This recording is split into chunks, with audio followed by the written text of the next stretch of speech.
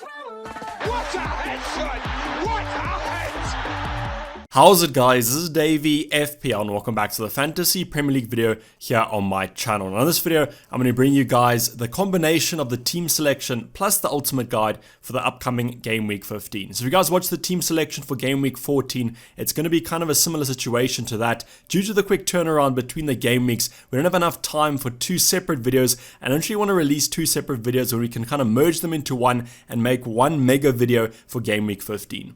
So we're going to start off with my team review of Game Week 14, just seeing how my own squad got on, where we currently are in the overall ranks. We're then going to talk about my transfer plan and then the team selection for the upcoming Game Week 15 before turning our attention to the ultimate guide. In terms of the ultimate guide, the talking points are going to revolve around which Man City attacker to get. I'm going to talk about my favorites and maybe options that you guys can consider to keep and to bring in for these upcoming fixtures. We're then going to move on to Harry Kane. What's there more to say about Harry Kane than 2 points? You'll see that more in the Game Week 14 review, but should you be keeping hold of Harry Kane or should you be moving on for the popular CR7? The final talking point to wrap up the video is going to be about captaincy. A little bit useless now with Mo Salah absolutely banging it this FPL season, but I still will give you guys some variation with the predicted points from Fantasy Football Fix. If that's something you guys are interested in, sit back, relax, and let's get straight into it. But before we do, talking about Fantasy Football Fix, let's have a word from our sponsor.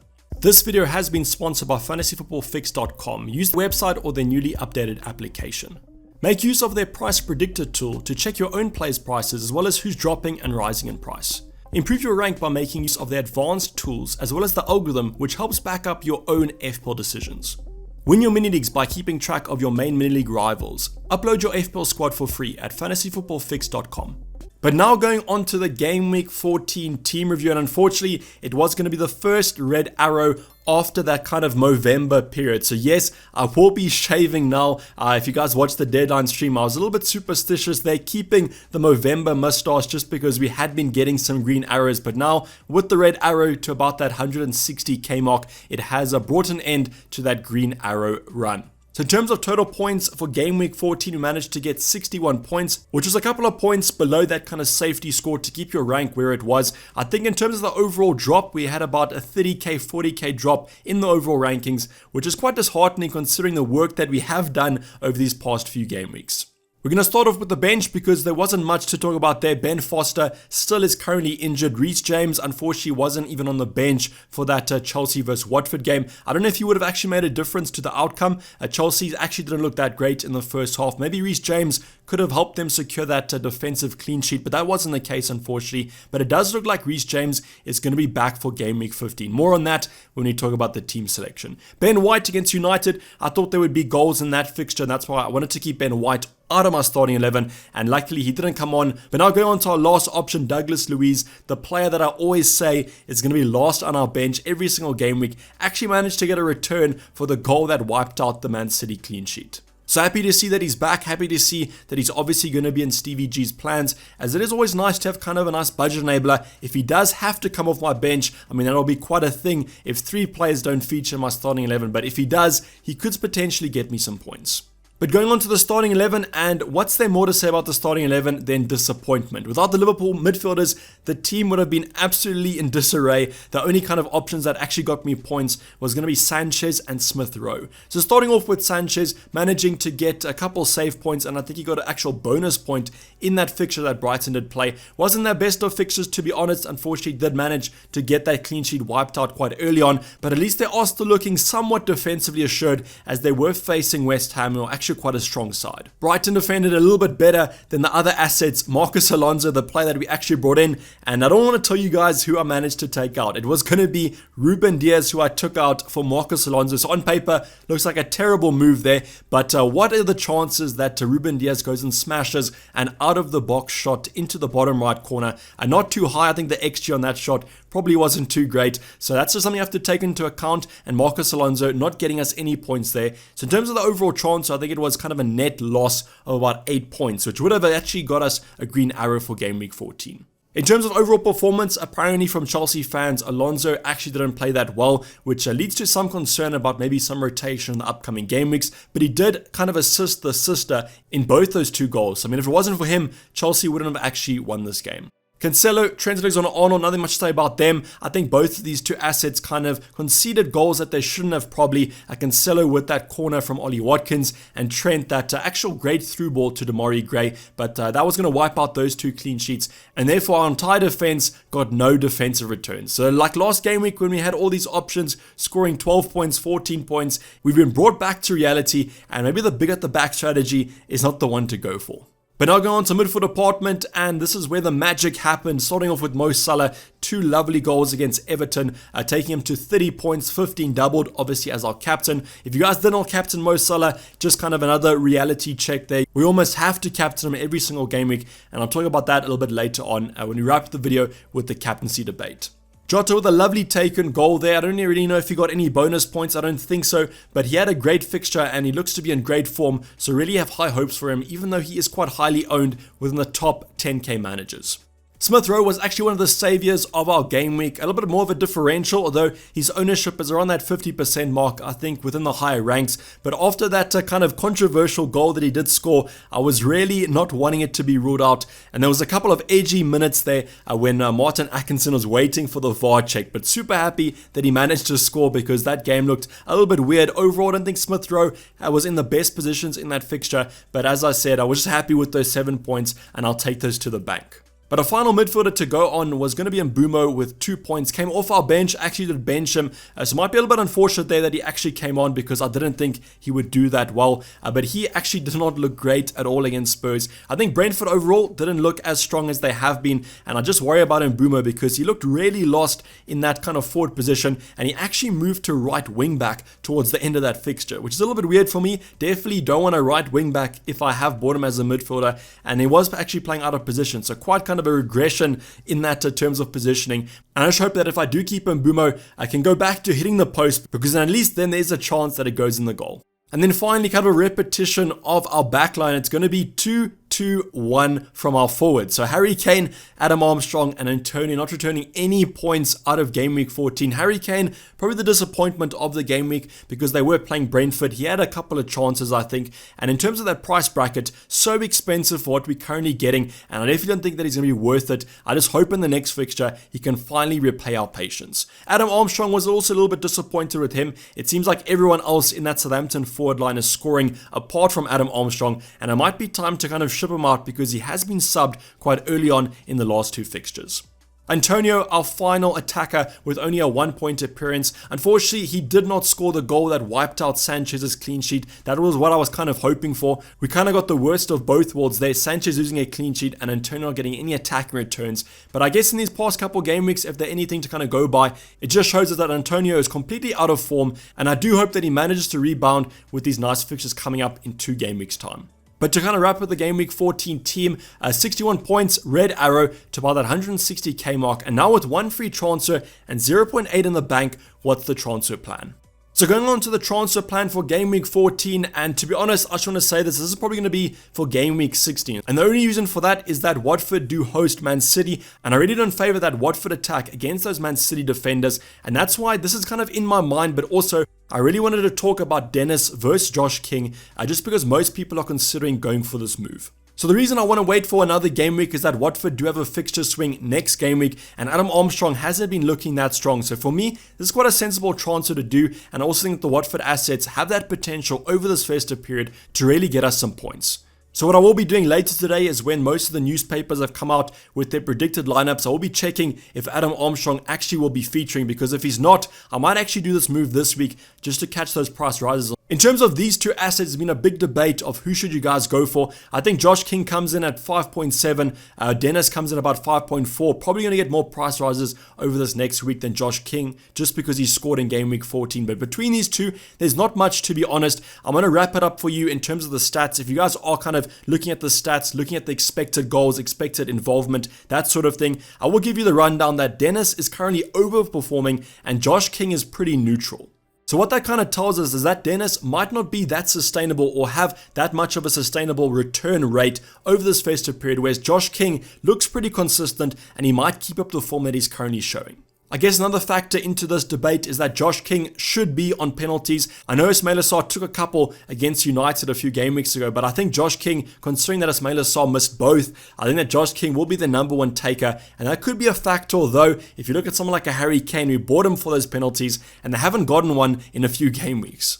Another factor that comes into account is going to be Dennis's involvement in the AFCON competition, representing Nigeria, currently in the provisional squad, but that kind of final selection has not been finalized, so we actually don't even know if he's going to be traveling or if AFCON is even going to happen. But that might be something to take into account, because if Dennis does travel, that's another player to take out, whereas with Josh King, won't have to worry about traveling to AFCON. In terms of my preference, currently it's going to be on Josh King, although Dennis has had better form and looks to be the better option. I just think Josh King's stats are a little bit more sustainable, and that's why I probably will go for the striker over Dennis, who's almost been playing in that wide position. So this week for my own FPL team, it's probably going to be banking a transfer, and then next week I'll look to maybe bring in a Josh King and also CR7 for Harry Kane. Let me know in the comments down below, which move are you guys doing? Are you actually going for Dennis and King this week? And if you are, who are you going for? But now going on to our Game Week 15 team selection, and obviously this is without any transfers made because I just want to get as much news as possible. Some press conferences did happen today, absorb all that information, and I'll relay it to you guys today as well as the deadline stream coming up tomorrow. So starting off with the bench, Foster looks to be injured still, but he is facing Man City, so definitely won't be playing him even if he was fit. White does place Everton away, which is a little bit of a tougher fixture, I think, because I think Arsenal have been a little bit susceptible defensively, but also Everton have been absolutely tragic. But they will look to rebound after getting smashed by their Merseyside rivals. So that's why White is going to be on my bench this week, just because he is a little bit of a low ceiling kind of player, only really going to get the clean sheet or maybe a couple bonus points, and that's why I don't think it's worth the risk over one of these other starting 11 players. But the big kind of talking point about the bench is going to be me benching Antonio this week. But for me, it just makes sense. Reece James came back, announced today by Tuchel that he is fit to play against West Ham.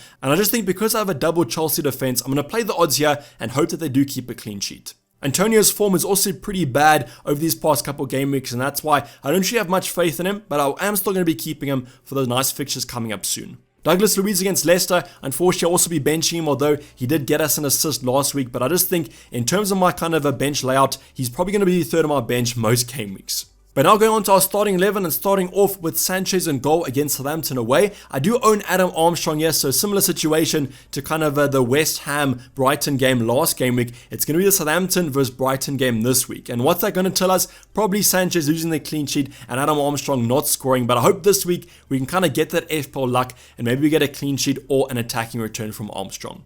The back four actually looks quite solid this week. We've got a double up with James and also Alonso. Has the potential for a clean sheet. I think this will be quite a tight game. London derby. And I think Alonso and James both will feature. And therefore I'm also hoping for potentially some attacking returns. As I did mention earlier on, James is fit to play and fit to travel. Tuchel did confirm that today, so you guys don't have to worry about some rotation potentially. Look, he might be benched, but I do think there's a good chance of him playing.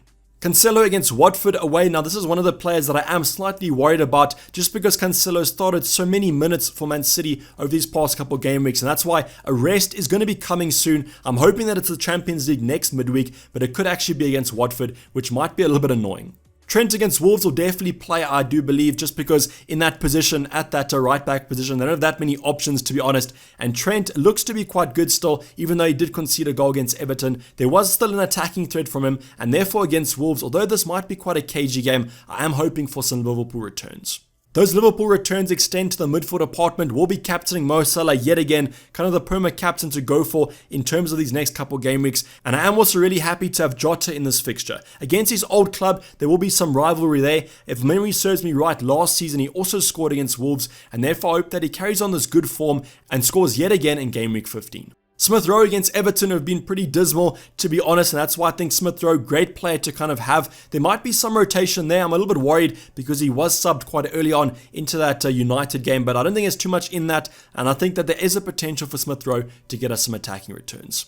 The final midfielder, you might be shouting at your monitor, your TV, your phone, whatever now. You're asking me, why am I starting in Mbeumo? But this is against Leeds, and Leeds aren't a great side defensively. And although Brentford haven't been great from an attacking point of view, I'm still hanging on to that hope that Mbeumo manages to get us an attacking return, at least this week or next week before the fixtures do swing.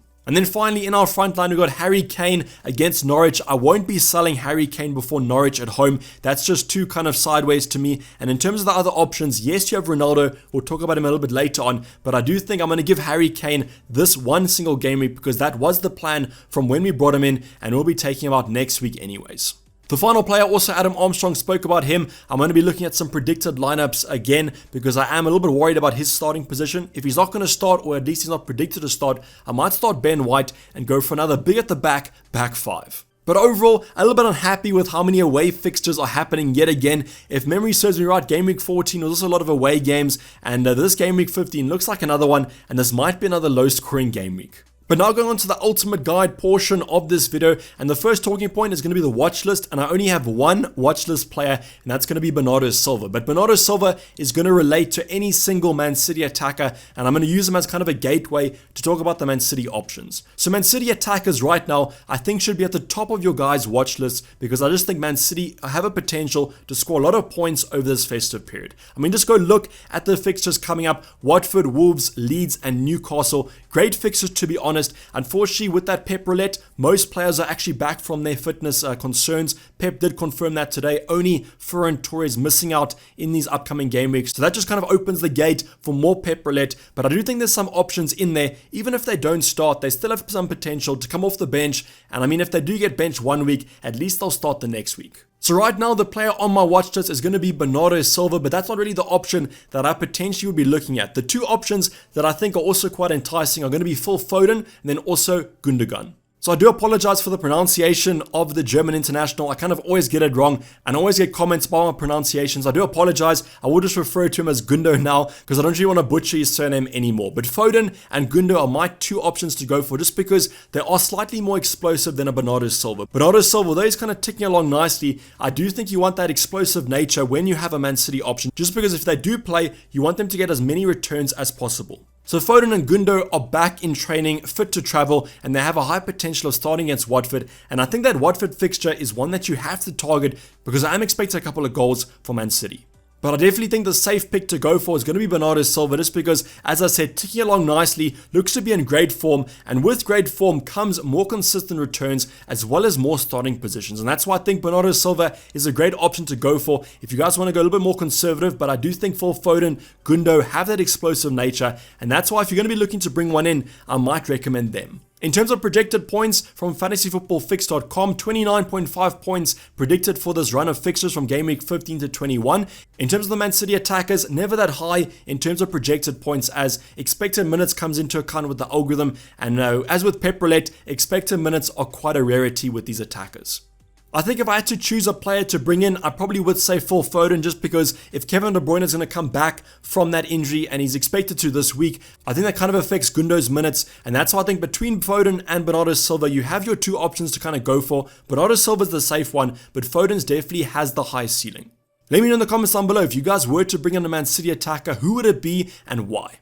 But now going on to the final talking point, one that is personally related to me. It's, should you guys keep Kane? I mean, the run of form that he's had is absolutely sensational. Such a consistent returner. 2 points, 2 points, 2 points, 2 points, 2 points. I mean, we might as well call him the two-timer after him missing training to try force the move to Man City. But I mean, imagine you being Spurs right now and looking at the form that they're in, Harry Kane. Would you have accepted that 150 mil? I do think I probably would have if I had to rewind time. But now relating it to more of an FPL kind of a talking point, should you guys keep Kane or should you move him on? I don't think there's many options in the forward department right now, and that's probably my first kind of a caution that I would give you guys, is don't kind of move him on unless you want to downgrade him and upgrade another department. If you guys do want to bring in a Man City attacker for this run, I do understand that you can downgrade Kane, upgrade another midfielder, but if you guys want to go for a straight swap to Ronaldo, I would caution you guys again, because on Twitter today, there was a little bit of an announcement that Ronaldo could potentially have a hamstring injury. Now you guys might be wondering when that happened, but when he was subbed, you would have noticed that he did run down the tunnel, and I'm emphasizing the word run there because if he did have a hamstring injury, I don't think he would have run down the tunnel. There is kind of rumors about what happened if he went to go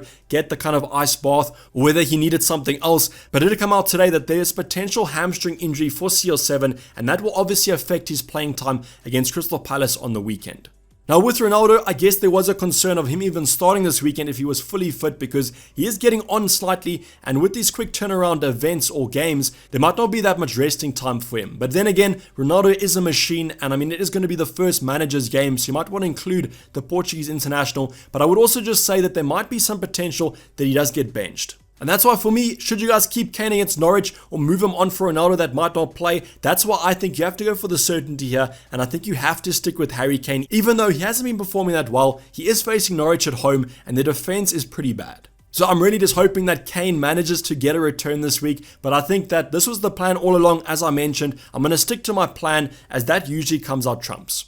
But if you guys want to take him out one game week short, want to move him to Ronaldo 100%, maybe we get news about CR7 starting, maybe you want to upgrade a midfield department to a Foden, I can also understand that before Watford. And what you guys can do is comment down below the move you want to make, and I would give you my recommendations on what I would do if it was my own team. But now finally going to the last talking point of the video, and it's going to relate to captaincy. And you'll notice I usually have 3 options here, but I think this week there's only 1 option to go for, and there's only going to be 1 option for the upcoming game weeks. That's going to be Mo Salah. He does face Wolves away, which I am predicting to be quite a cagey affair, although this was kind of a similarity last season, and Liverpool went out and actually trumped Wolves quite a lot. So I think this is a potential for a high scoring game, but I think if I have to do a prediction, I would probably go for quite a low scoring one. But nevertheless, I do think Mo Salah has the potential for quite a few attacking returns, whether it be a goal and assist or just a goal. I think that he is the man in form, the best player in the world at the current moment, and that's why I think you guys have to go for him unless you're really not happy with your rank, and therefore it's going to be a maverick move. I mean, just look at game week 14. Yet again, we saw people go for Harry Kane, Mo Salah getting 2 goals against Everton, even though some people thought that would be a tougher game. With the way Liverpool are scoring goals and the amount of goals they're scoring, I think it's too high of a risk at this stage of the season to not go Mo Salah, and I would recommend you guys do as well. But if you really don't want to go for a Mo Salah, I went over to fantasyfootballfix.com and I selected the 3 highest point scorers for the upcoming game week. The first one, so Mo Salah this week is actually not being predicted to score the most points. That's going to be Cristiano Ronaldo, and he's predicted to score 6.9 points versus Mo Salah's 6.8. So quite close there. I would argue that that's not enough points difference to risk it, and that's why I still would go with Mo Salah, even if you guys do use the predicted points to go for your captain. But it is interesting to see that if Ronaldo does start, the algorithm does really favor him against the Crystal Palace side that haven't been that great defensively. The third player on the list wasn't the third player actually overall. There was a Jota, Trent in the mix here, but Heung-min Son's predicted to score the 3rd most points in my selection with a nice 5.6. But I do think just owning Son is differential enough, maybe not on the higher ranks, but I do still think that he is a great option to own. And against a Norwich at home side, it just shows you the form that Kane's had at the moment, because he's predicted to score less points than his Korean colleague. But let me know in the comments down below, if you're not going to captain Salah, who are you going for and why? I want to get some reasoning behind your guys' FPL decisions. Although Mo Salah might not be the highest scorer this week, I do think he's definitely the safest one. But this is basically wrap up the video, guys. Hopefully you did enjoy it. Please don't forget to like it if you did, and subscribe if you haven't subscribed yet. I'll be seeing you guys for the deadline stream tomorrow. Make sure you guys are there to get the most up-to-date news and team selection as possible. But I'm going to be signing off. It's been Dayvy FPL, and I'm out. Cheers. Bye.